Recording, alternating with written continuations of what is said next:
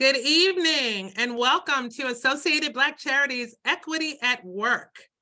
The mission of Associated Black Charities is to eliminate structural barriers and to advance long-term solutions that create new opportunities for African Americans to thrive. ABC acknowledges structural racism's effect on the racial wealth gap, workplace discrimination, health inequity, disparities in housing policies and practices, educational inequity, discriminating and dehumanizing laws and policies, and more. And using an equity framework as a convener and a thought leader to end race-based barriers that impede Black people from having an opportunity to succeed is at the heart of all of Associated Black Charities' programmatic initiatives. My name is Chrissy Thornton. I am the president and CEO of Associated Black Charities, and I'm so happy to welcome all of you to tonight's session of Equity at Work, where we will talk about recognizing and reacting to microaggressions. In today's world, microaggressions have become a common occurrence in workplaces, especially for Black workers. These subtle slights and insults can be difficult to recognize and respond to, but they can have a significant impact on the mental and emotional well-being of Black employees. While it is ultimately up to each individual to decide how they want to respond in the moment, Black workers should not have to tolerate or ignore microaggressions in the workplace. In fact, employers have a responsibility to protect their employees from these forms of discrimination and to create safe and inclusive workplace environments. Training on bias and cultural awareness can help colleagues to recognize and understand the impact of their words, their actions on others, and make them more conscious about their behavior.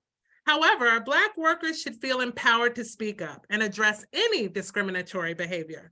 Many struggle with deciding if every time is truly the right time to react. Black workers who speak out against racism, as we know, and discrimination in the workplace often face consequences for their advocacy. These consequences can range from being ignored or ostracized by colleagues to being passed over for promotions or even losing jobs. So this is a serious matter. Recognizing and responding to microaggressions can help to raise awareness of the issue and promote a more inclusive workplace culture for all employees. And we are so happy to be here to unpack this issue with all of you tonight. At this time, I'd like to welcome my esteemed guests, our panelists for tonight, to come on screen with me, and we'll give them time, each of them, to introduce themselves and to share a little bit about why this discussion around microaggressions is so important today. So welcome, panelists. I'd like to turn it over at this time to Ms. Christine Givens. Hello, everyone. Good evening. Again, I am Christine Givens, and I'm a global communications manager for an international IT company. And also, I am the co-founder of Cecil Solidarity, which is a grassroots social justice organization that really works to help bring racial and social justice to our underserved and underrepresented communities in Cecil County, Maryland, and beyond. So I'm really excited to join this panel today to talk about this very important topic. And as Chrissy mentioned, women of color, specifically Black women, are more likely to experience microaggressions at the workplace. And that really takes a toll on our mental health, whether that's depression, coming through as anxiety, or even suicidal thoughts. It's a really important topic to talk about. So whether our expertise is being questioned or people are surprised at our skills and our abilities, or really feeling like we have to be careful when we talk about ourselves and our accomplishments or our lives outside of work, or even being interrupted and spoken over or whatever else, these microaggressions are really like paper cuts. So while one might not be terrible, if you get 2, 3, 4, 5, or 6, it starts to hurt. And, I leave this with saying, before we get started, microaggressions are real, but there's nothing micro about the aggression that we experience. So it's an important topic to discuss today on this call with all of you, because if not now, when? Absolutely. Thank you so much, Christine. We'll now meet Mr. Charles Jackson. Thank you. I'm so excited to be with you all having this very important conversation during the last day of Mental Health Awareness Month. I'm extremely excited about the fact that the two are connected together because the public health world that I work in, the CDC, the World Health Organization, has declared racism as a public health issue.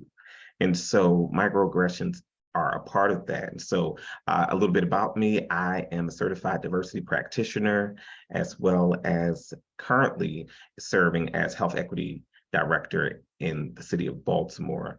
And I've been doing this work for about 10 years. So all of the quote unquote new things around DEI that have been in the news, I would like to just go ahead and put that out there. These aren't new.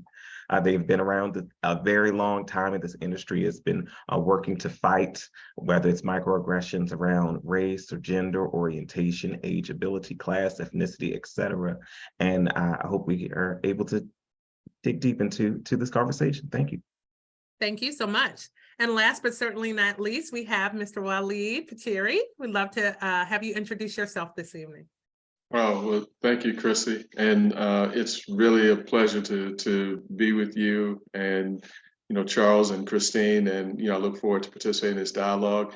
It's a timely topic, as Charles was saying, it is this Mental Health Month.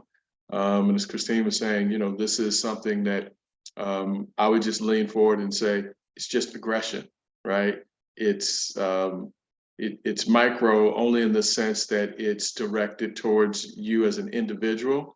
So in that sense, full disclosure, I'm a finance person. I own an investment firm, and I've been running it for over 20 years. So, I'll have a different lens of microaggression as I see it, not so much in the workplace specifically, because fortunately, I pretty much control my workplace, but I'll talk about it in terms of working with colleagues who are, quote, peers, or at times people who perceive their peers and are actually subordinate to me.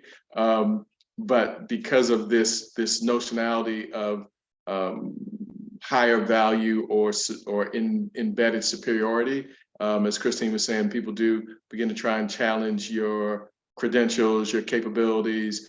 And yeah, I look forward to giving some insight or sharing some ways to combat or mitigate that. And while I am a man, I do have a daughter who's in the workplace. So kind of, it's really cognizant in my head of how to navigate preemptively certain postures that are taken in corporate against us. So look forward to having a fun conversation tonight.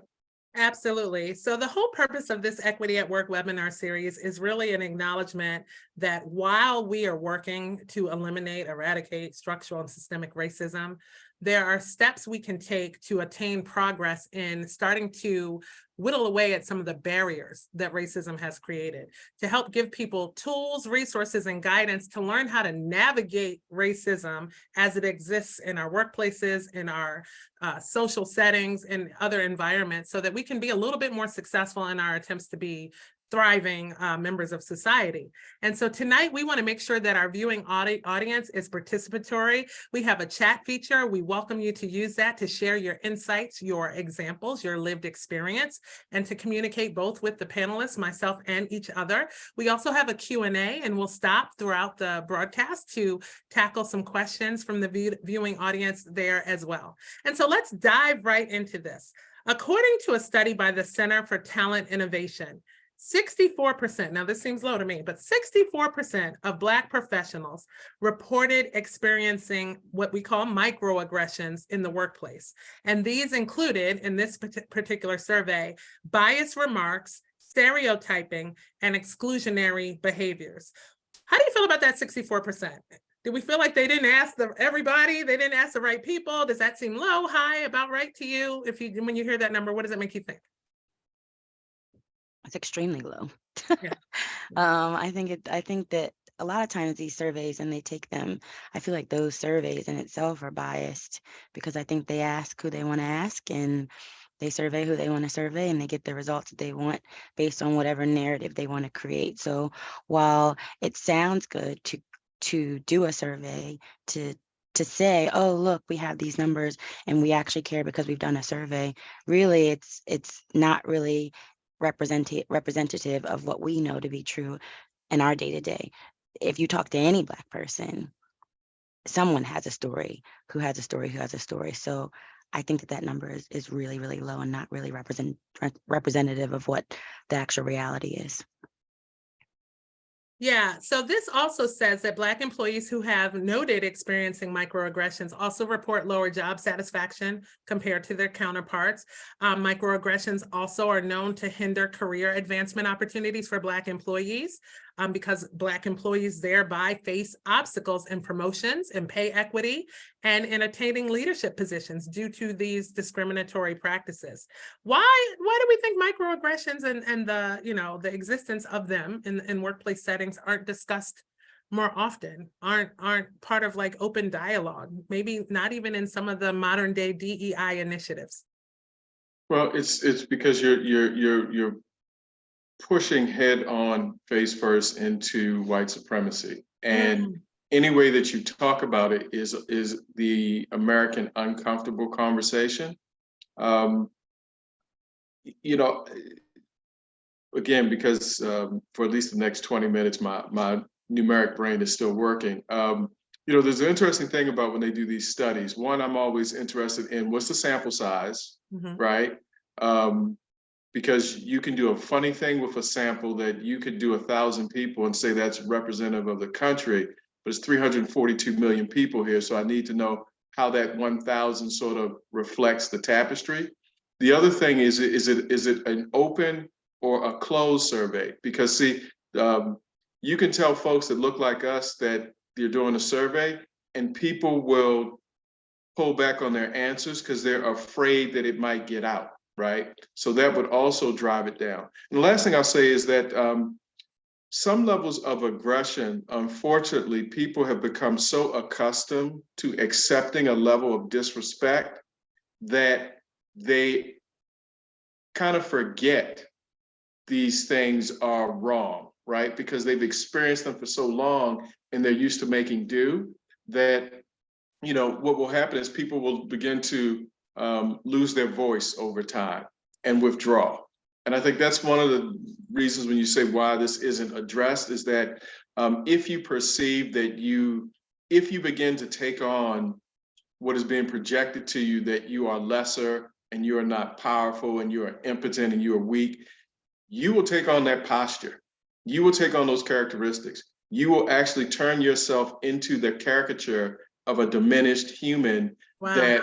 that those types of aggressive thrusts are trying. So it becomes an adverse negative feedback loop. And I think I look forward to us getting further into this conversation, but I think these are part of the things that happen to us subconsciously, and they have power on us because so many of us have not dealt with our own personal history and lineage to realize that these straw characters are in our heads. So it might be an issue that we're at some point even starting to identify with some of these, these narratives about ourselves. They become so common, become so much of a common part of the narrative when Black people are described in the workplace that sometimes we become almost numb to hearing them and identifying them and recognizing them. That is so important. Charles, you have thoughts?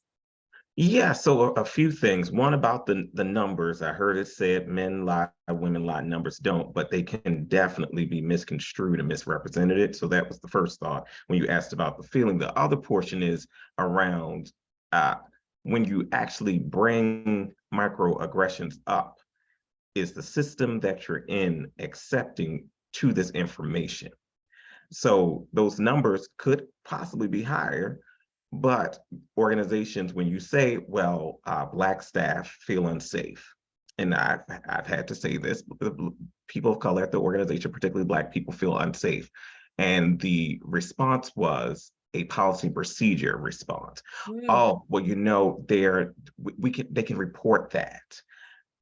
Well, no, you just went to trying to put a Band-Aid on a 6-inch wound. Can we get to the cut first?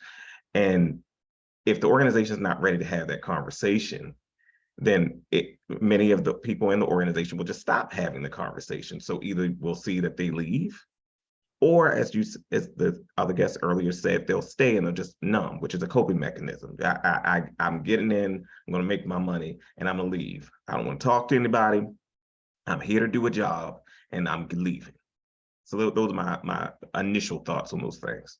And as we've navigated all of these conversations, what we've learned is that when Black workers specifically start to face these injustices in the workplace loses the benefit of having Black people come and show up as their best selves and contribute as their best selves. And so it really is a detriment, not just to the worker, but to the environment as well. Let's talk a little bit about common microaggressions. I don't want to make the assumption that people know what a microaggression is, know the types of microaggressions specifically experienced by Black people in the workplace. So we'll talk about a few of them and see if you all have any thoughts about these that are common examples. So we know microaggressions can take various forms, but one of the most prevalent is racial stereotyping. And so this is assumptions about a Black person, in this case, their abilities, their intelligence, or their work ethic based on racial biases. Things like saying, you must be good at sports because you're Black, or I get this, you speak well, you speak so well, you're so articulate. These are racial stereotypes that serve to diminish a person in the workplace's professional identity. What do we think about those as being kind of like the leading example of microaggressions? Familiar with that? You're laughing. My goodness. My favorite one growing up, I think always was, and I still get that now, and I think, Chrissy, you've heard me talk about this story before, is that you're so pretty for a Black girl or now Black woman. And one coworker specifically said to me, "What do you put on your face?" And I said, "What are you talking about?" She said, "Why is your skin so chocolatey? And how did you get it like that? And what do you do? I mean, I wish I could get it like that." And she said, "No, I don't mean any offense. I just want you to know that I think that I've just never seen chocolate like that before." And she just kept saying it like it was like I was supposed to give her a high five afterwards and, "Hey, let's go grab a drink because thank you, sis." And I just looked at her, I said, "All Black is beautiful. And you don't need to say that because I'm beautiful. I appreciate it, but I don't saying that my skin is so chocolatey. Like, I don't go to you and say your skin is so milky and oh my God, how did you get it like that?" And I think Can you that imagine ever saying anything like that? right. And I think that people have to remember, and I think it was something that I had another training or something that we were doing here, because as a result of a lot of these things that are happening and now businesses being all of a sudden woke, if you will, and trying to, check the box of addressing all these things. Part of it is these diversity and inclusion trainings. And someone said in one of these trainings, ask the people that are doing these microaggressions to us to reverse it. And if they wouldn't say it to a white man or a white person, and it wouldn't be absurd if they touched your hair, or they said something to them about appearance or whatever, you're attracted for a white man. If they wouldn't say that to them, then 9 times out of 10, what you're saying is absolutely a microaggression and inappropriate. And I think that's just like a rule of thumb, that if you wouldn't go and touch someone's hair that's not Black, why would you touch my hair because I am Black? Because that also happened to me a few weeks ago. And she got so offended because I said, "Don't touch my hair." And she was like, "Oh, you had something." I don't need you to do anything. You don't need to touch my person.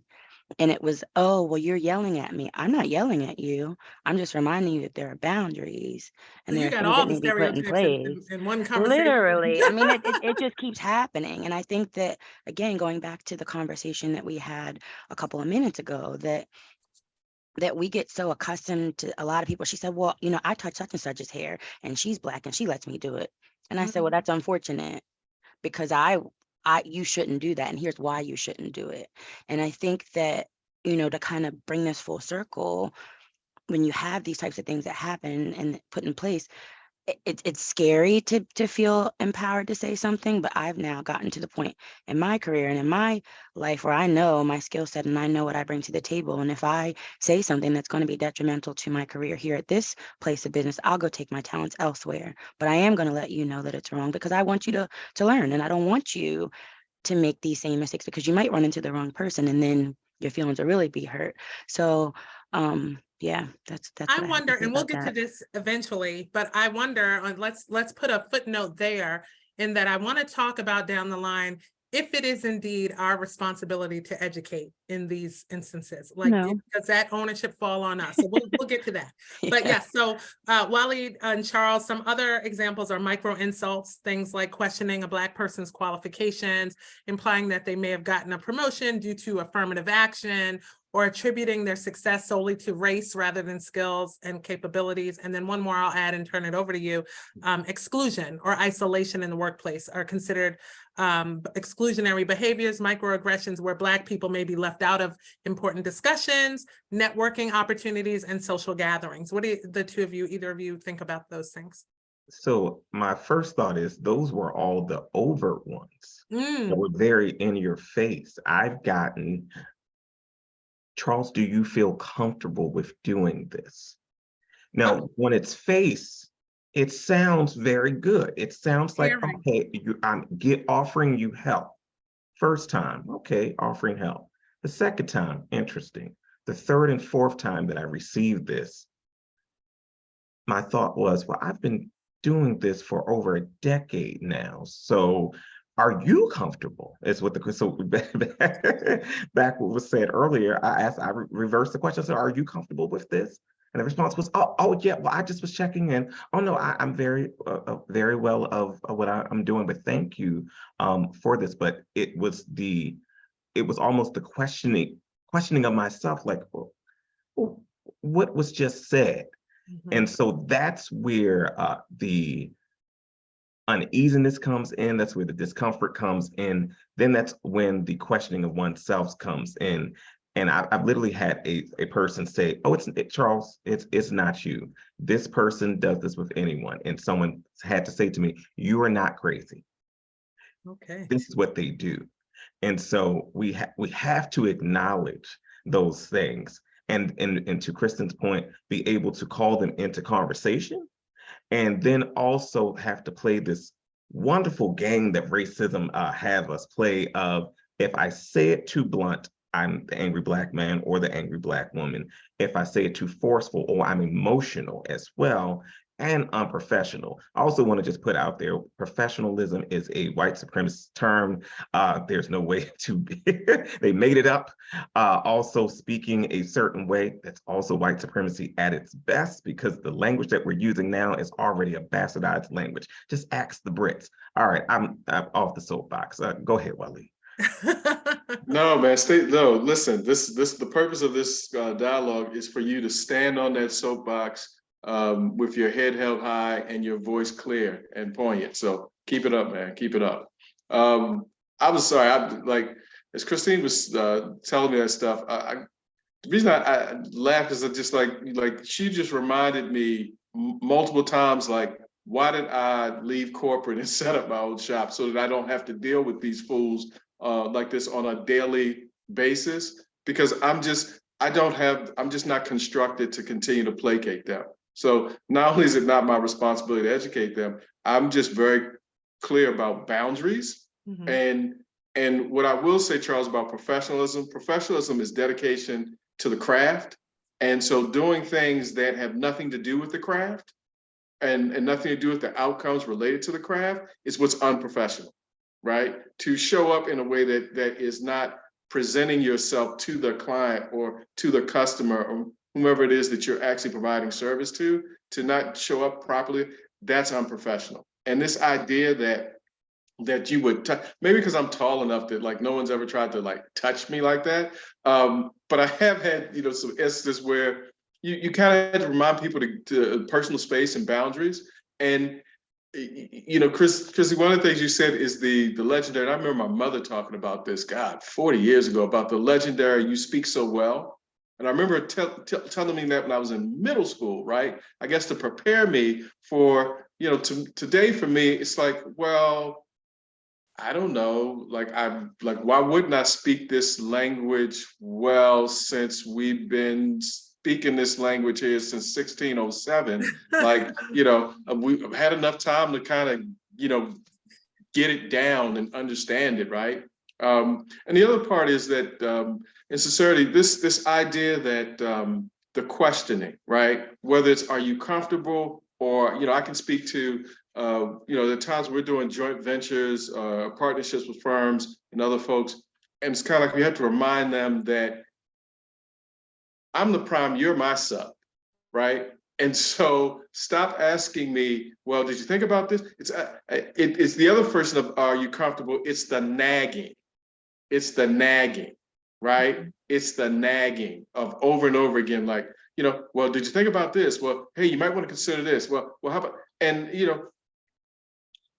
10 years ago, it would kind of unsettle me. Today, like after the second time, I'll say, yes, I actually thought about that and this and a couple other things as I'm leading this, but feel free if you have some other things, put that forward. But right now I need you to focus on this. So one of the things, just, as we talk about this, I want to always put forward, solutions and outcomes, is in your redirection, do not take on the burden as though, back when you were a 12-year-old and you were in school and the white teacher was saying something and you felt the pressure to at 12, like, discuss Carter G. Woodson and like, no, we're not doing that anymore.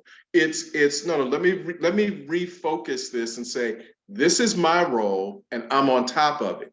Now that I'm on top of mine, let me turn to you and say, are you on top of this, right? The redirection for me is reminding the person, like, this is what I expect you to be accountable for. This is what you're supposed to handle. Have you done that? Are you on that? Because they act almost startled, as if matter-of-factly saying that, like, I don't care if you say I'm yelling at you, whatever. But to say that to them helps to redirect and recenter the conversation about, not only are you comfortable in your own skin, you are very clear on your, as Christine said, your excellence, your mastery, that you belong here and you're here because if you were not capable, your melanated self would not be in the position. Another thing that's a fallacy is this idea that Caucasian institutions go find inept, incompetent Black people to be senior at anything. That is, just say it out loud, is absurd, right? And then I always say, go find me the two that you can show me that are inept, incompetent, that Caucasians, I'm gonna put you in charge. Now, they may put people that we may disagree with their politics or their shtick or the way they emote or the way that they speak, in a tonality that is different than we would expect one to speak, right? But the idea this person is inept, that just doesn't happen. It's literally impossible in this structure that such a person is going to be put there. So a couple of additional microaggressions may have been born out of this whole post-George Floyd DEI culture and environment. And I think even sometimes with very well-intentioned people, and I always like to talk about these too, because we tend to have a lot of allies that are watching. But one is color blindness. So this is the notion of, I don't see color, we're all the same, I love everybody, we're all one race, we are the human race. Those comments often can be, not always, but can be well-intentioned. But obviously for those who don't know any better, they dismiss the lived experience of people of color and the challenges, specifically the barriers and obstacles faced by Black people, and really start to invalidate our racial identity in these spaces. What do we feel about the microaggression of colorblindness? And have you experienced that in your walks? Yep. And I'm sorry to keep interrupting and speaking first, but I think that growing up in an area where I grew up, so I'm from a place called Cecil County, Maryland, at one point used to be the Klan capital of the world, or coined as that. I don't know if that was actual, but the KKK was very prevalent in Cecil County, and it still is. The people that were the grandparents and the great-grandparents, their kids, still live there and have businesses and never left, and are in government, in the schools, they're everywhere, in our hospitals, they're everywhere. And me growing up, I played sports, and I played softball, which is traditionally in this area a white sport, so they say. And they liked me because I was entertaining and I entertained them and I played the sport. So if I'm playing sports and I'm very good at what I do, they liked me. And they would always say, well, Christine, you're not like them. You're not Black like them. Or, you know, I don't see color because, you've been to my house before and I don't see color. And it's like, oh, wait a minute, stop doing that because you're invalidating all of me. I want you to see me. And my whole thing is always, well, when you call the cops and you describe me, what are you going to say? Are you going to say, oh, it's the colorless person or whatever you're going to refer to me as a Black woman, 5'4"? We won't talk about the pounds, but we're going to move on. But you're going to describe me as such because that's who I am. And when you remove that piece of it, you're removing it because you're uncomfortable about the fact that I'm Black and also amazing at softball and also amazing at communications and all of these other things, amazing mom, amazing sister, all of these things that encompass and make up Christina who she is. So I want you to see all of me. I don't want to hear that. So I often have to tell people that are friends and have been allies that joined Cecil Solidarity back in 2020 when we first launched, that you need to see all of me, period. So I am Black and also all of these things. And that's what makes up Christina's who I am. And that's part of me. And when you remove that, you're invalidating me and you're diminishing who I am and what I bring to the table. So that's how I feel about that. Absolutely. Any other thoughts about color blindness in the workplace? Yeah, Is it sometimes easier to kind of float under the radar in the workplace? Is there success on the other end of that? What of this notion of color blindness? Yeah, and kind of just going with the flow. I'm playing devil's advocate, of course, but kind of just going with the flow of, Mary says she doesn't see color and she loves all of us. And so I'll rest in that and be good with that. Obviously, there are members of our community who do that. What do we think about those things? Well, I'm an outcome-based person. I'm not really into feelings as much. I'm more by nature, I'm very pragmatic. And so when you say to me you're colorblind, the fact that you're introducing that into a conversation about coloration already makes you suspect, right? It is actually the equivalent of talking about your Black friends, right? Because what you're doing is you're trying to deflect and say you're not like X because you don't even see it. That's really not where we're trying to land. We're trying to land where we see the entire mosaic of the human family. And because we see the entire mosaic of the human family, we treat everyone like they're a member of the same family, human, Homo sapiens sapien, right? So I can tell you candidly that there have been a couple of times where I've been amongst my affluent, well-to-do white colleagues and they talk about race. And I say, well, what species are you? Because I'm just Homo sapiens sapien. What species are you talking about that you are? Right. And that gives them this befuddled look like, well, I'm like, no, you're injecting racial tropes into a conversation to then say how you're not racist. Like, that's not even irony. That's like dumb. Right. So it's just like, no, we're humans. Okay. So then treat me like a human. And while you're treating me like a human, act like a human yourself, right? Because that's really the source of this, your discomfort. You're trying to project your discomfort about the reality. And you're trying to obfuscate that and take it someplace else. And I'm not going to play that game with you. Yeah. So let's talk a little bit about your lived experience. I know you haven't, and I'm going to invite those who are watching with us tonight, whether you're on Facebook Live or you're watching here through the Zoom, to use the chat. We want to know about your experiences. It's going to help color not only our conversation tonight, but just how we approach this as an obstacle for Black people in the workplace. So I'm sure all of you have touched on little points of how you've experienced microaggressions at work. I'm sure you have more stories. I will say that I get the hair thing all the time. Fortunately now, I'm not, and I say fortunately with pride, I'm no longer building my career as of today in white spaces. Hallelujah, bless you, Jesus, and all those things, never going back. Got to do really well so I don't have to go back. It's not a goal of mine to ever go back. But I used to always get the hair stuff, because especially between the straight, the curly, the braids, the wigs, all these different things, I would get questions about my hair, specifically on Zooms. Oh, did you cut your hair? Oh, it's shorter today. Oh, it's this today, and all these kind of things.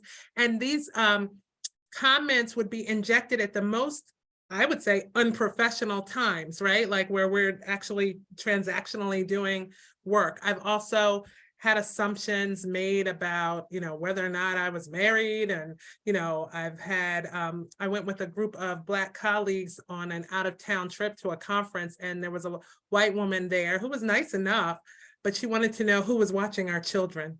We couldn't possibly have extended family or, an intact household or any of those things. And so those little slights I've experienced throughout my career, but I'm excited to learn more about yours and for the audience to hear about some of your experience and share theirs as well. So whoever would like to go first.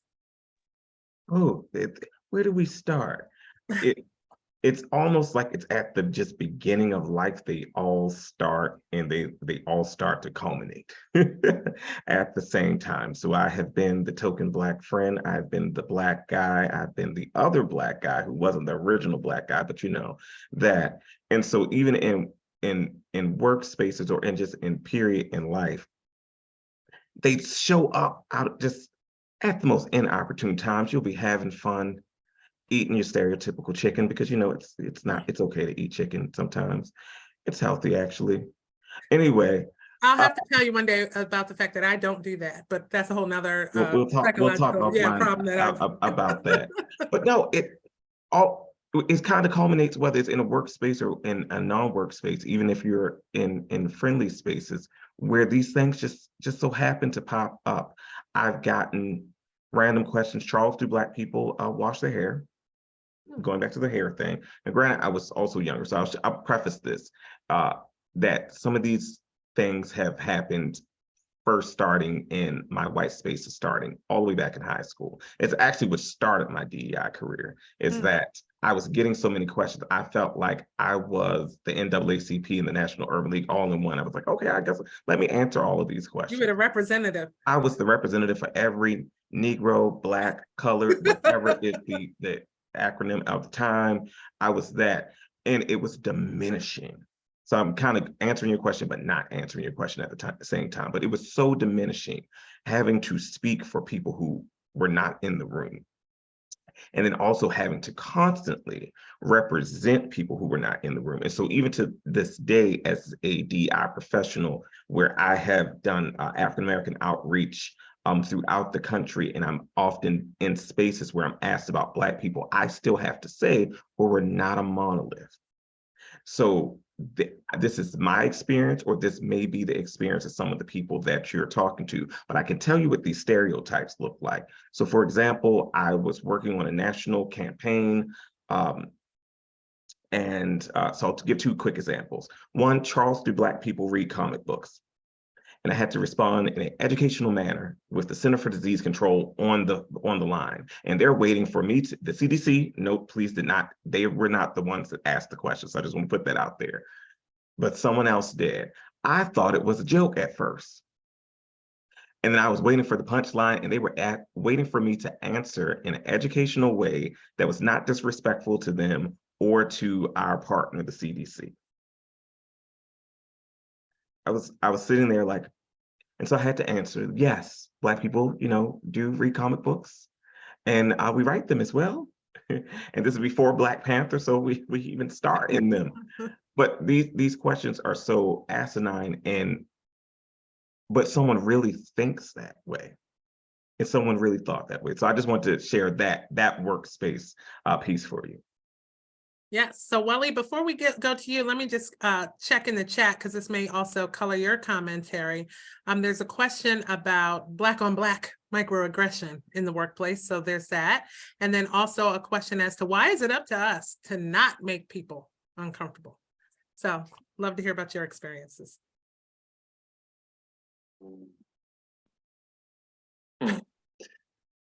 Whew. So I'm trying to think of more recent direct experiences. So one that sort of comes to mind is there are a lot of times where I may go to a conference or an investor event, and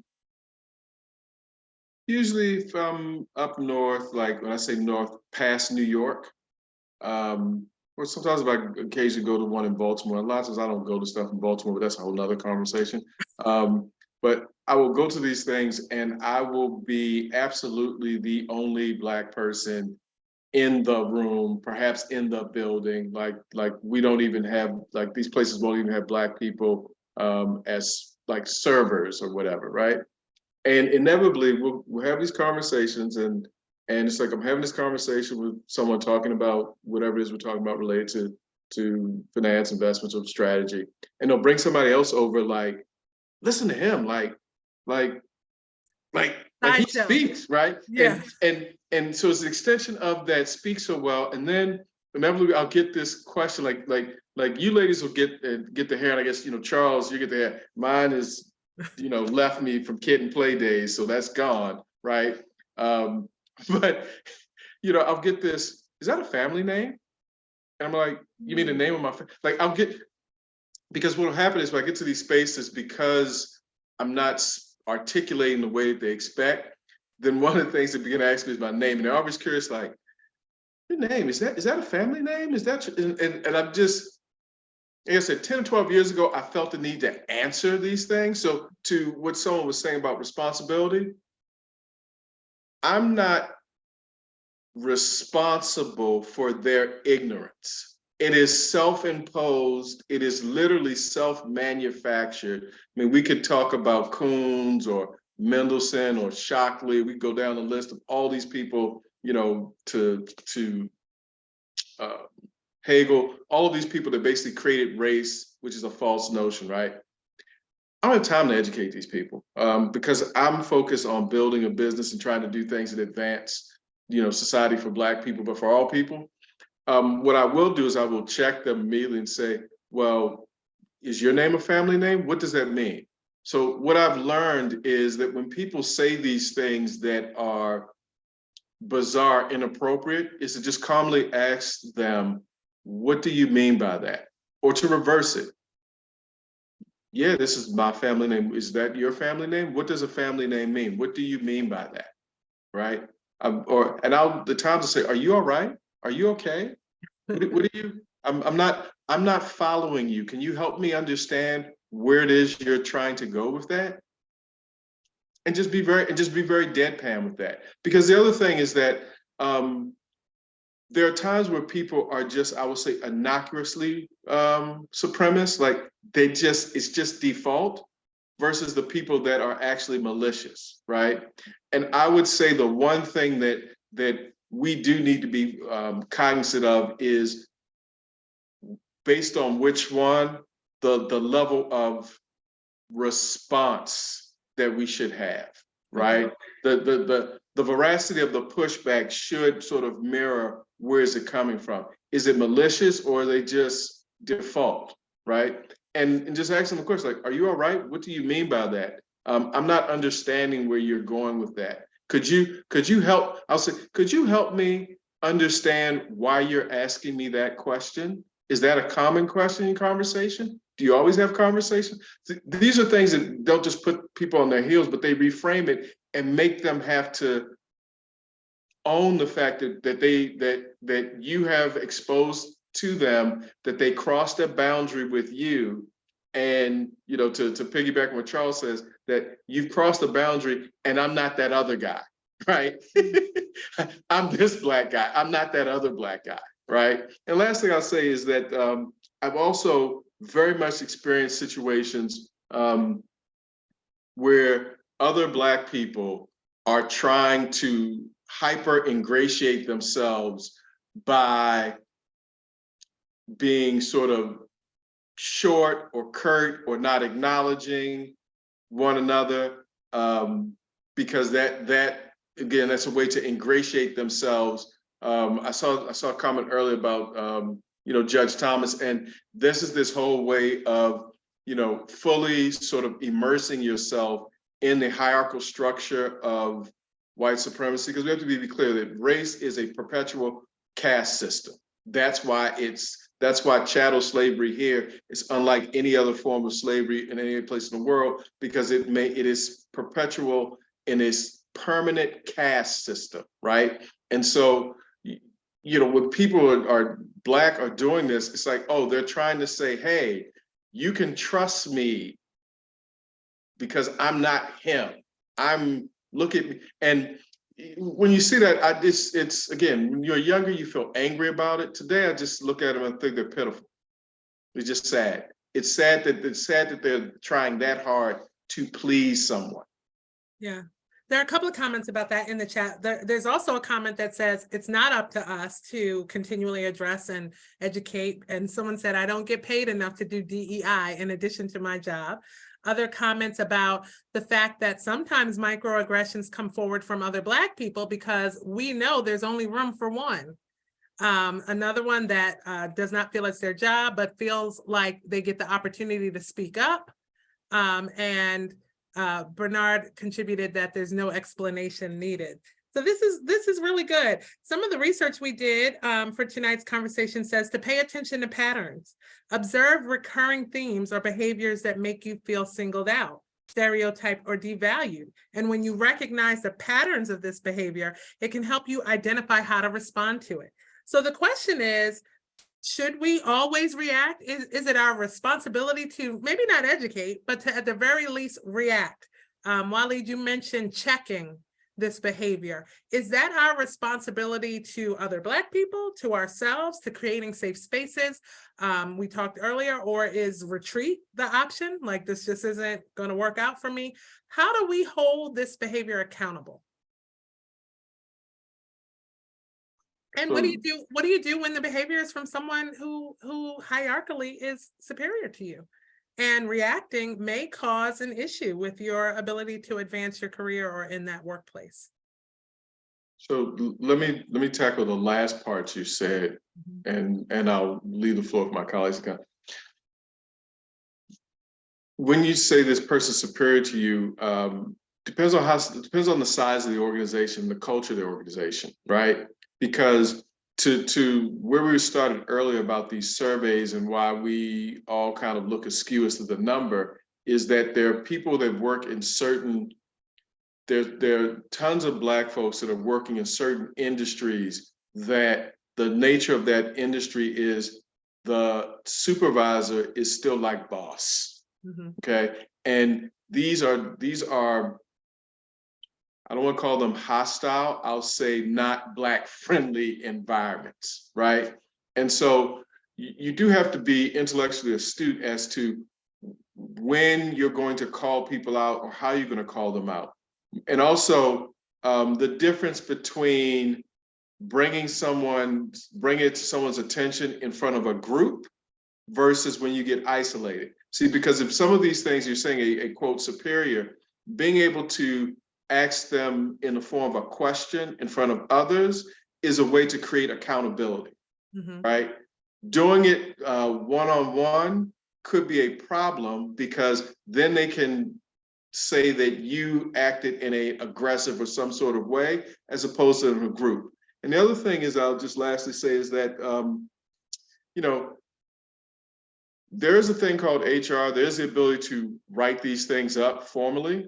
And you have to pick and choose as to which ones are rising to a level of this is a line in the sand versus some of these, and I'll shut up here, but I'll say this. There's some times where these people will say stuff to me and I just pretend like I didn't hear them. Kind of the way that we've all experienced a microaggression of having a colleague who sees us in some environment other than the workplace and acts like they don't see us, right? And that sort of form of microaggression, I have experienced that a few times where it's like all of a sudden you're interacting with me and we're not in this office or this space. It's like, I'm 6'2", 200 pounds. How do you walk past me and act like you don't see me as small as you are? Like what are we talking about? So to me, I've learned from that. Say, oh, okay. Sometimes they say something, well, I just ignore them like it didn't even resonate. Like I didn't even hear you. Like I'm just looking past you. So those are my couple thoughts. Okay, and Christine and Charles, when do you react? How do you know when to react? Every time, sometimes, depending? What do you I think? I think for me, I've gotten to a place in my career and then just in my life where I do say things now nearly every time. Um, I was quiet for a long time because I wanted to climb the ladder. I'm not interested in climbing anyone's ladder any longer. I've gotten to where I am, and I am who I am because of my ability to be effective in the space that I'm in. I'm a communications expert and I'm good at what I do. So if I say something and that's going to jeopardize my relationships with people, like I've got my boss is Black and she's the VP of HR. And she'll often say to me, well, Christine, we can't say that. Well, why can't we? What is, would you wear that on a t-shirt? Yes, I would. I would absolutely wear on a t-shirt that I'm proud to be Black. And I would absolutely wear on a hat that I'm proud to be a Black woman. I have no problem with that. And I need people to understand that here, because it was people were really secretive and they didn't want to really talk and they didn't want to say anything because before I came to this role a year ago, they weren't allowed to say things because she was nervous because of her position. Well, I can't be too Black. I still got to walk a fine line. And my question always is why? Why do you feel that way? If a white person came to you and said that someone touched them inappropriately, a white woman specifically, you would react. But when I come and I say it, it's like, well, Christine, they didn't really mean that. Why do we keep making excuses? So every time that I have an opportunity to say something, I do. And I make it a point to say, like there was an instance where a lady sent me a message and fired off a message to me after we sent out a recap of our National Hispanic Heritage Awareness Month celebration. Why do we need to have this? Because what about the white people and what about the white men and who cares about all these other groups? You're being more divisive than what you think that everybody is, and you're just causing more whatever. And I said to her, you know, I responded back and I said what I said very professionally and told her as a leader, it's your responsibility to take these things and to spread kindness and to make sure that you are leading by example and you are leading inclusively and that you are promoting equitable opportunities. And she went back to the VP of HR and said, well, Christine's telling everyone that I said this. Well, you came to me in a public forum. So you want me to be quiet about the microaggression that you portrayed and that you're trying to create a narrative over here of something that didn't happen and now I'm mean Christine. So she said to me, well, why don't you go talk to her? That is where I drew the line. I will have a conversation with you. I will, well, not even have a conversation. I'll respond to you. I'll correct you and tell you why you were wrong and how you were wrong. But then after that, I'm no longer responsible for having any additional conversations because the conversation is over. I said what I said. I let you know why it was wrong and I moved on. So I said to her, why do we feel like we have to have conversations? And why do I have to then have a conversation with her? Because now her feelings are hurt. Because she was like, well, you told people. I said, yeah, I told all the Black people because the Black people need to know who you're dealing with when you talk to this person and how she really feels. So I told all the Black people, and I'll tell anybody that. Do we have an issue? And she said, she laughed and she said, you know what, girl, I'm glad I hired you. And Oh, she's now you can- feeling more yeah. more empowered to speak up and say things too. And we're having additional conversations because of that. And there are things being put in place and things being looked at because of that one incident. But if had I been quiet and not said anything, we wouldn't have had that conversation. So I feel like at any given moment, because of my role as a senior communications expert globally, that I have a right or that I have a responsibility in my role to say something. So I will say it, but I will not educate further. I'll say what I have to say. That's the end of it, and I move on. Jump off of it. Okay. And Charles? Oh, this is layered because the audience may be in different spaces. So I will first acknowledge there is a privilege that some of us have to be able to take our skills somewhere else very quickly. Everyone does not have that privilege, so I just want to put that out there. Two, the being able to have the conversation and call things out is a very nuanced thing depending on the system that you're in and the culture that is that organization. Because if they're possibly more progressive and they're open to talking about these things versus if it's more assimilationist and everybody's the same and we don't have these conversations. So you have to understand first who you are and what you're willing to do in your boundaries. Two, understand who you're dealing with, and three, the system that you are in. And we have to assess all of those things at the same time, like we are a doctor. Because if you take one misstep, that could literally end your job before you want your job to end. So and what is the saying? Most US citizens are 2 paychecks away from, being homeless. So I'm always aware of that.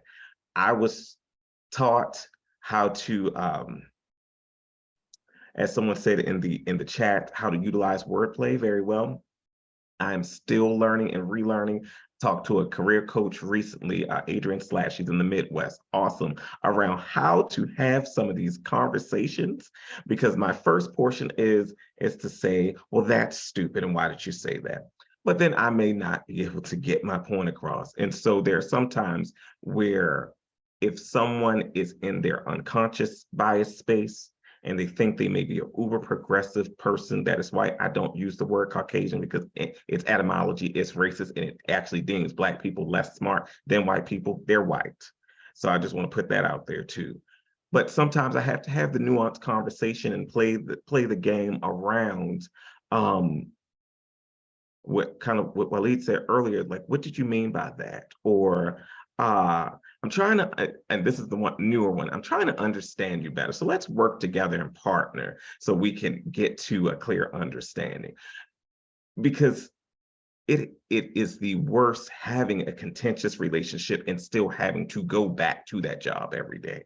I'm sure some of the other panelists have probably had this in their past. It is the worst, because you may know you're right, your facts and figures may be right, your work may be awesome, and someone will still ding you for the way you said something.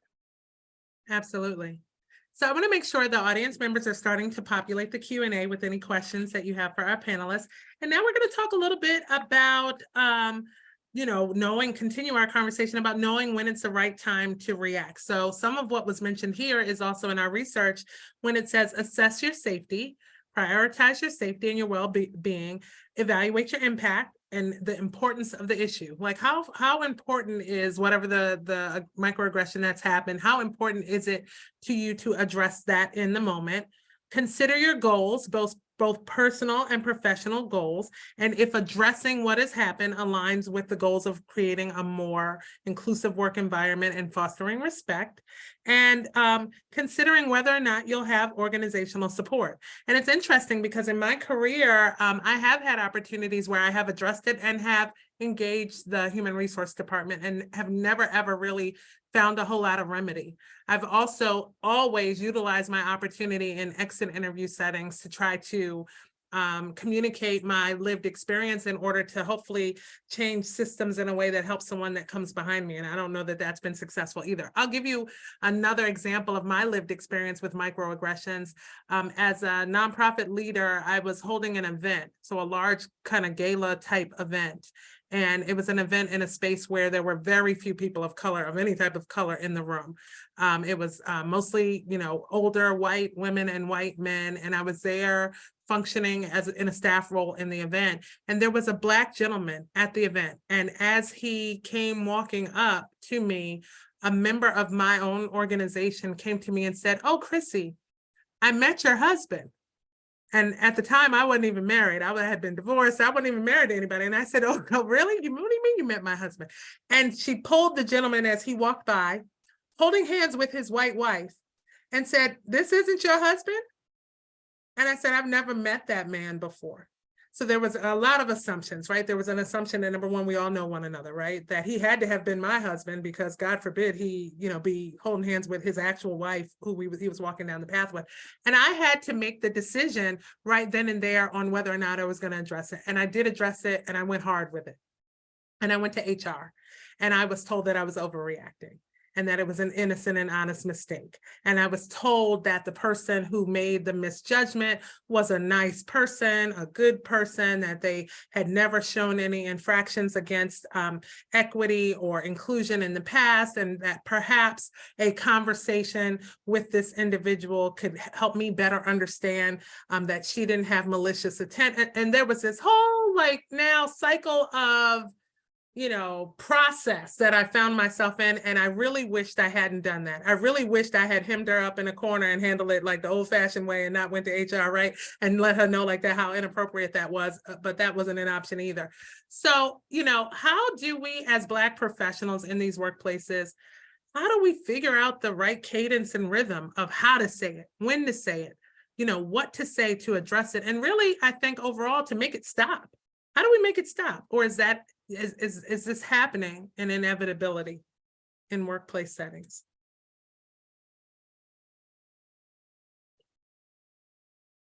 Hard question, I know. Oh, well, first off, I just want to acknowledge this intent versus impact.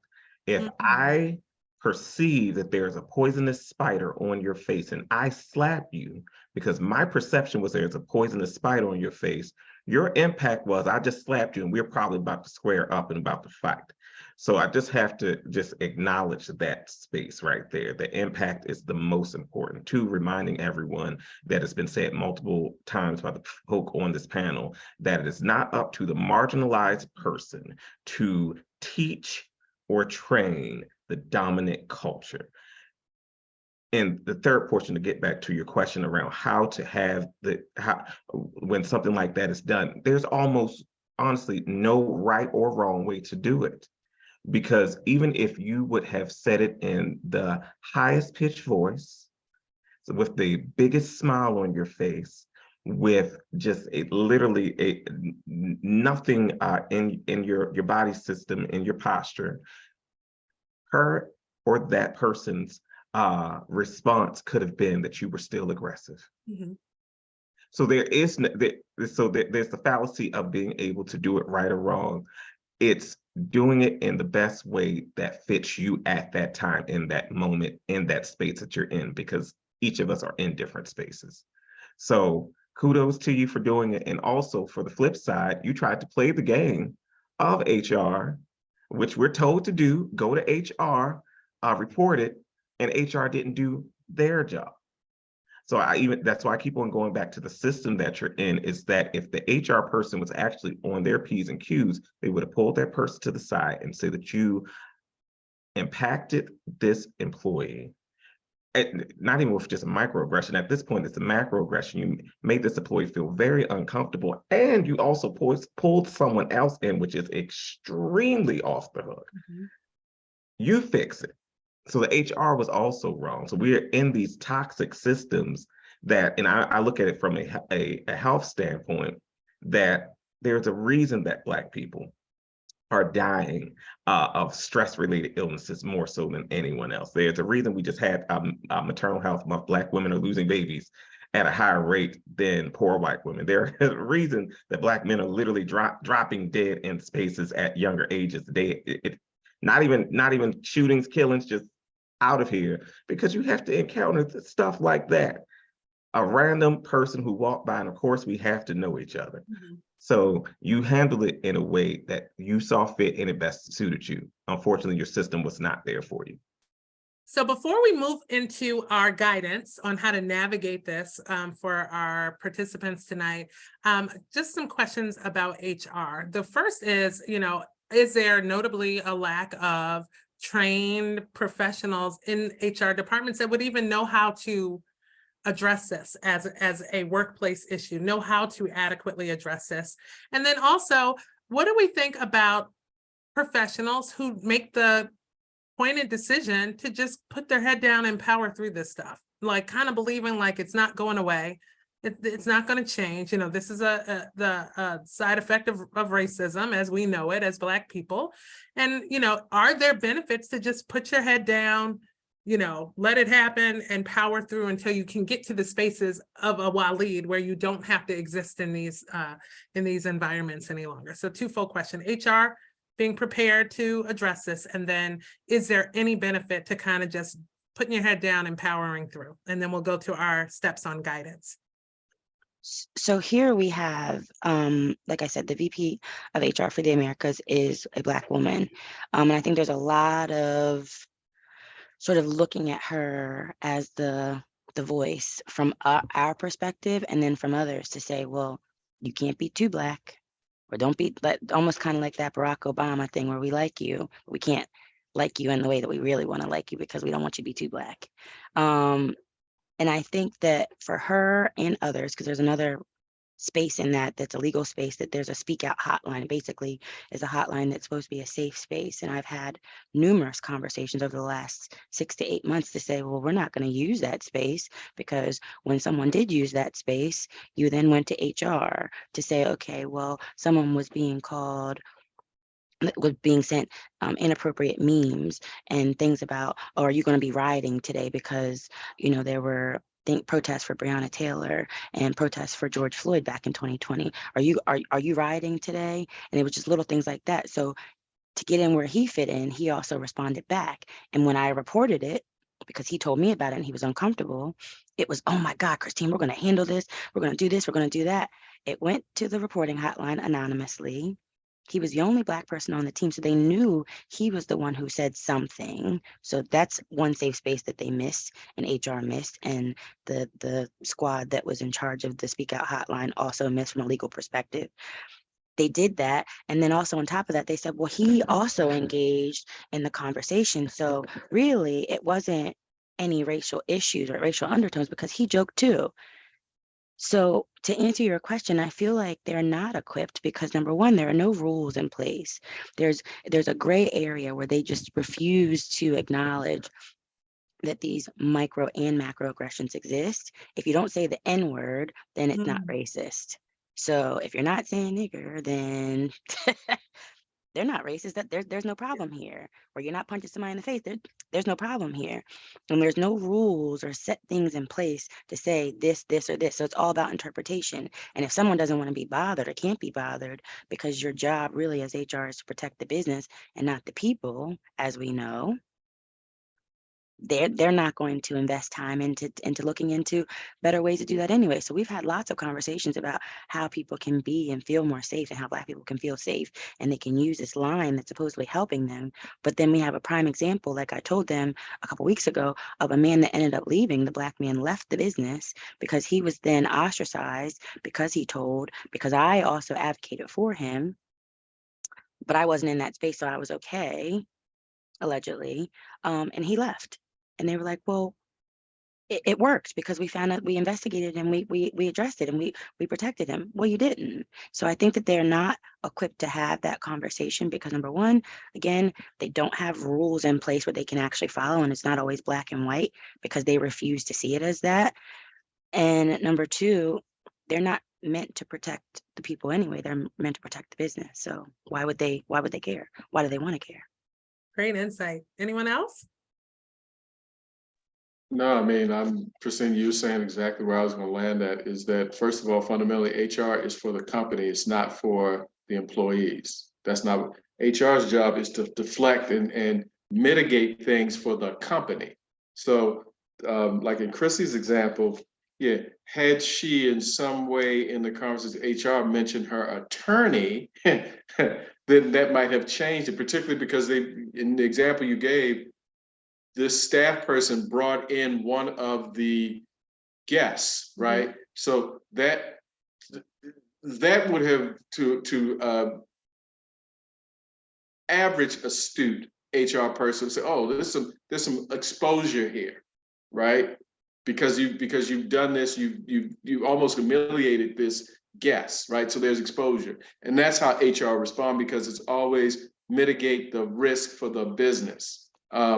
And to the extent that you're bringing something forward that you one are making it clear that this happened to you, but that you understand there can be some litigation, right? Then that's exposure. The business may respond. But in general, one of the things that we have to be very sanguine about is, how do these people and these systems work, right? And part of what creates the stress is that we're in denial about how these things work. And so we're expecting more from the HR of these people than their pattern. You talk about than their historical patterns have shown us, right?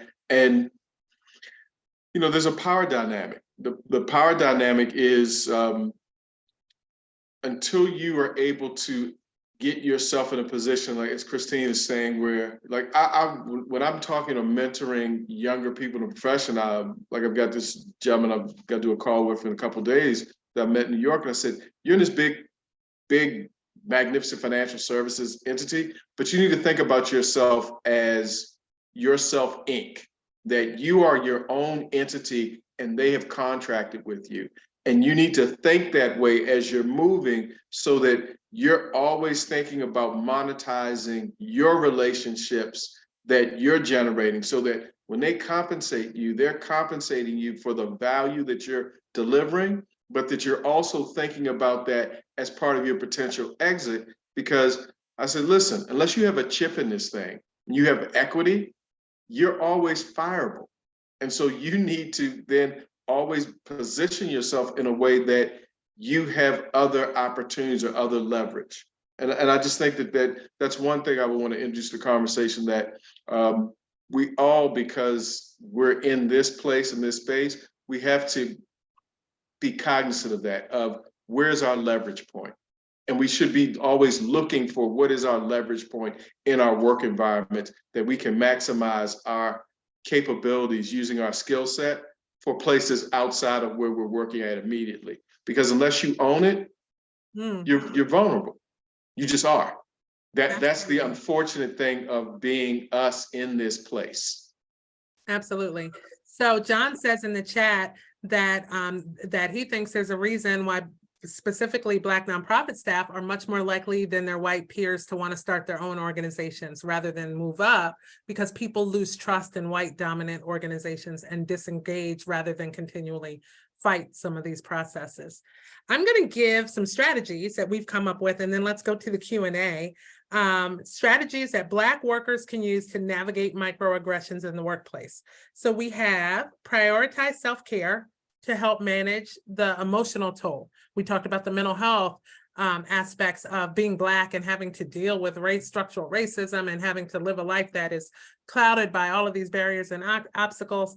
So prioritizing self-care, seeking allies and support networks, building relationships with colleagues and employee resource groups who can provide support, validation, which is important, and guidance. Because I know a lot of us could be in the workplace and kind of almost need a barometer as to, did that just happen? I know I've been there a number of times, like, did that really just happen to me? So seeking supportive networks, setting boundaries, which we talked about, in asserting yourself, politely and firmly stating specific comments or behaviors are inappropriate or offensive, documenting the incidents, addressing microaggressions assertively when you feel ready and safe to do so, and then exploring external support.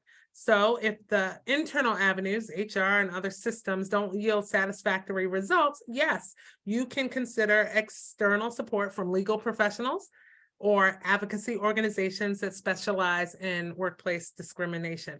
And that's it. That is also if it's important enough for you to stay in that setting. So let's run to the questions for our panelists. This is no question, just wanted to thank you for hosting such a meaningful and much needed conversation to empower and uplift. Thank you for that. We just answered this. What is our recourse if HR isn't our ally? What is our protection? Is there legal recourse? So we mentioned yes, and anyone can expand on that if you would like to.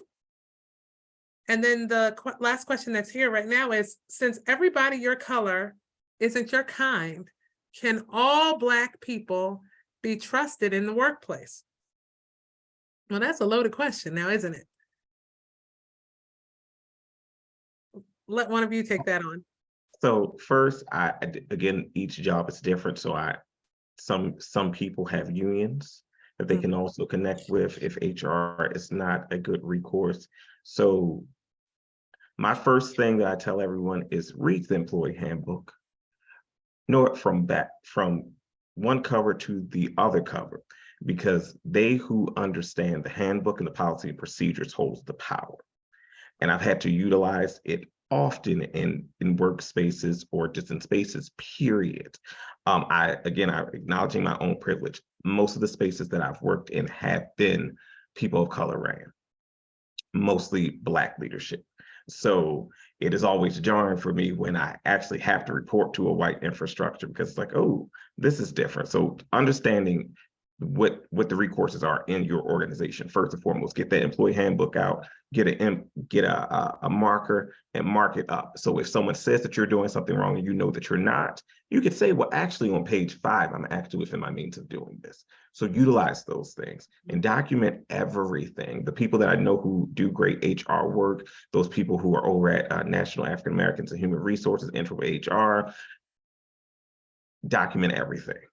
Because if it comes down to their words or yours, you want to be able to actually say, on this day at this time, this is what happened. And if you did report it to HR, whether they're good HR or bad HR, they're supposed to be documenting things as well. So you can build a case and use the words, use the professional terms. Say you felt unsafe.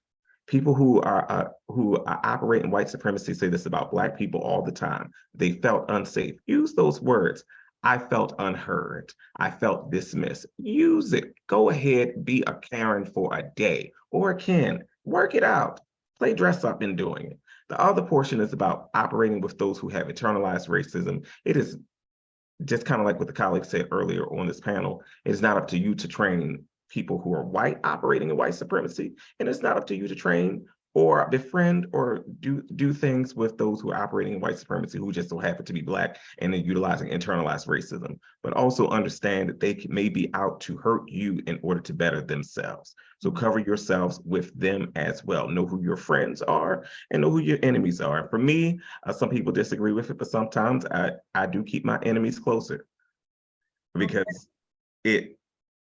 unfortunately, in a business space, and this is the most unfortunate thing, when you're just trying to do your job, you have to operate in all of these politics at the same time. So that goes back to what the other panelists said around this. There is a reason why so many Black people, particularly Black women, and numbers do show that Black women are the biggest entrepreneurs in the entire country. I do believe, I don't have the data, but I do believe many people, Black people, are leaving workspaces to create their own because it is just too hard.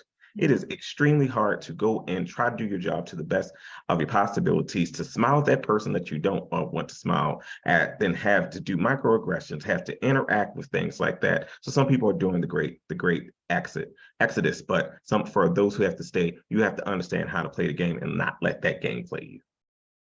So there's a little bit of a dissenting opinion in the chat, which we'll lift up, which is always good to have discourse. It's a disagreement about the shift and intentional work within the HR profession, saying that there are HR professionals who can and do support both staff and their organizations, and that, you know, placing blame on HR is not necessarily the right thing to do, because there are HR people who work daily to be fair and equitable. Specifically, this person who made this comment, who is a Black woman. So let me just address, and I'd love to hear your opinion on that, because we love dissenting discourse.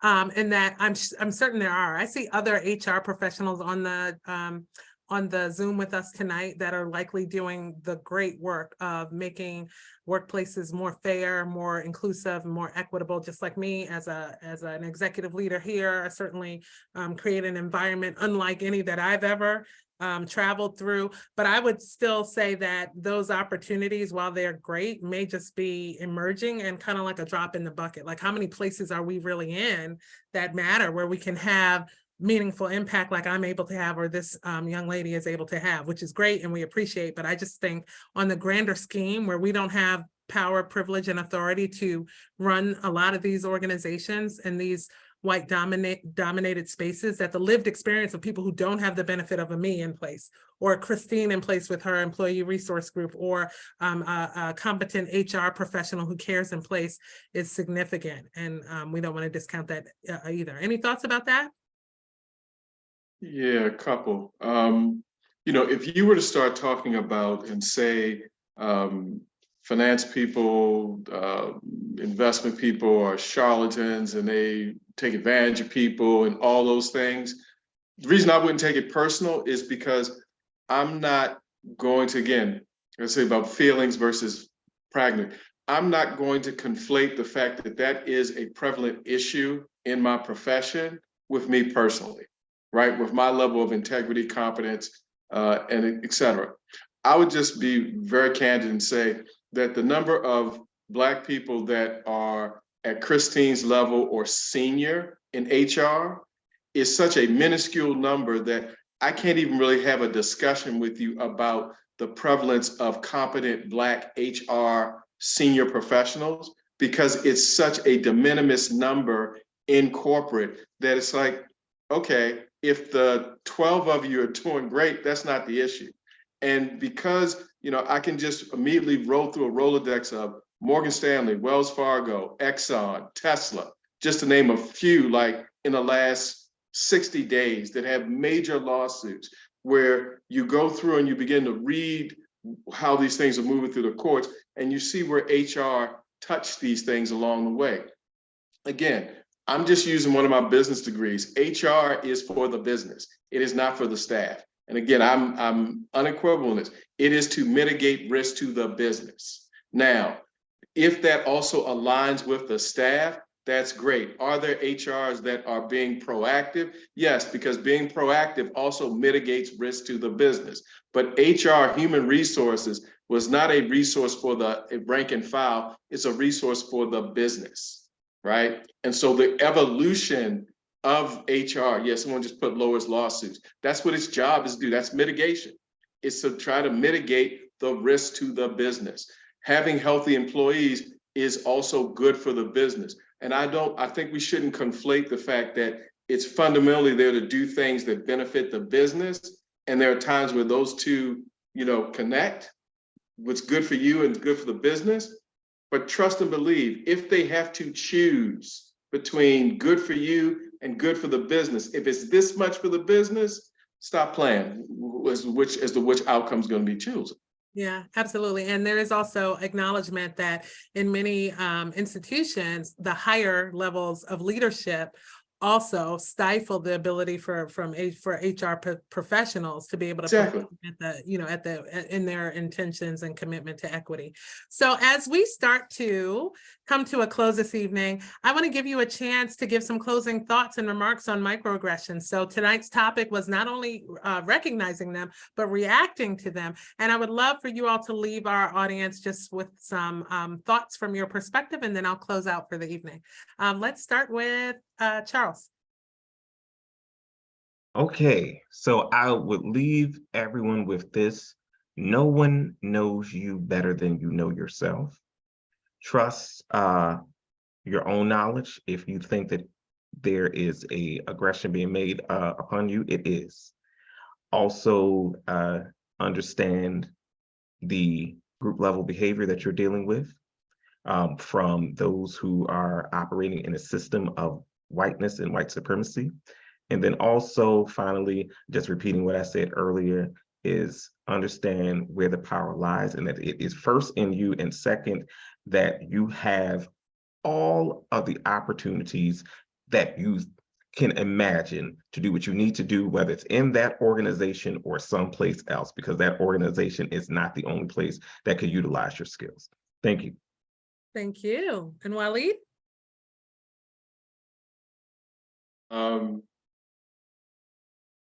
I guess I'll kind of amplify some things that my colleague said earlier, because I think they're so prescient, of documenting things, and using language, right? One of the things is to understand language. One of our great elders, our ancestors, talked about language and law, right? So use this language. I felt threatened. I felt unsafe, right? Because these are people that always want to act like we're so emotional. Okay, well, now I'm gonna be emotional. I felt threatened. I felt unsafe. I felt as though I was being imposed upon. I felt I was being intimidated. This made me feel like it was hostility toward. Like, use that language to frame these conversations and to take copious notes in the moment, right? And we're faith people, so have faith in yourself, and don't, if you have a situation you experienced that made you feel uncomfortable, take notes on that, and don't be afraid to sort of take a day or so to decompress and say, hey, because one of the things that we try to do is we will then beat up on ourselves and say we didn't do something in the moment, we didn't do something in the moment. That's called trauma. Mm. Right? That's called trauma. You had a shock to you, and the fact that you didn't respond, don't turn yourself into a double victim and say, oh, no, there's no time limit that says you can't come back a day or so later after you compose yourself. And so I would say, yeah, document stuff, use this language, advocate for yourself, and understand the culture that you're in. And as you develop your skills, don't be afraid to look elsewhere. Okay, thank you. And Christine? Well, with that, I have nothing else to say because I feel like that's literally all of it.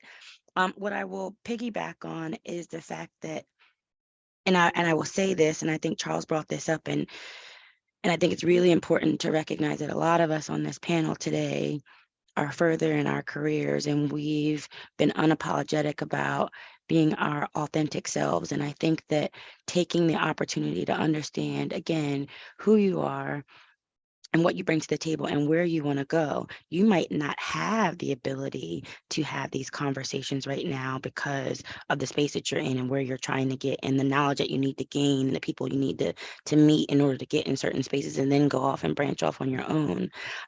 But I think the beauty of all of this is that we're building these networks, and it's really important to continue to follow spaces like ABC and build your network and commune with people that are in these spaces, safe spaces that we can sort of lean on each other. And I'm grateful to be meeting some of you virtually, and I'll definitely be sending my contact information and reaching out and having these conversations, because a lot of times we can have these conversations in front of other people and have allies in our spaces, but there's something about being able to be in a safe space with people that look like you and understand things and have gone through these places. So utilize your safe spaces and your people to be able to talk through some of these things. So when I said I responded to the people, I didn't respond to that lady right away. I took a couple hours. I called my sister, I called my mom, and I called my best friend. And I had the conversation, and I took a deep breath, and then I used my gift, which is writing, to be able to send her back a message that she understood very well, that was, as people call it, professional clapback. But that's exactly what it was. But I got her together real quick and real good, and everything that needed to be said was in there because I created the D&I conversation around in this part of the business anyway. So I knew exactly what words to use. I used leadership behaviors and pulled in things that the business, going back to Charles's point in the handbook, these behaviors that as a business we're using, and pulled that into the conversation. So I didn't make it about me, I made it about the business. And then I moved on. And I think that you just have to be comfortable with however you want to approach it. And there's no right or wrong answer to it. But I think that we decenter ourselves sometimes just to get our point across is also something that I would encourage some people to do, that it's not just always about you or us when it comes to these things and things that people are saying. It's not a reflection on you're not a good person because somebody's coming at you. It's a reflection on them. And it's just like an abusive relationship, and it's not your fault that someone is abusing you, so you don't have to take that on, and you don't have to feel like you have to do something to help them not be abusive any longer. That's not our role, that's not our job. But what is our job is to be our authentic selves and be unapologetic about who we are and where we want to be. So I encourage you all to continue to come to these panels. I'm really grateful to be a part of this panel today. I've been watching a lot of them throughout the year when Chrissy took over. So thank you all for the conversation, and I hope we continue to have reflection and lean on each other as safe spaces as we see fit. Absolutely. Thank you. I am so inspired by being able to have this discussion with the three of you. Thank you for volunteering your time and your talent and your contributions to tonight's discussion for ABC's Equity at Work. And if you are joining us tonight, please share the broadcast. It'll be on our YouTube channel, as well as was broadcast tonight via Facebook Live. And also prepare yourselves to join us in June, where our topic will be the impact of colorism on career growth. From ABC, I'm Chrissy Thornton, and we hope to see you soon. Thanks so much. Good night. Thank you. Good night.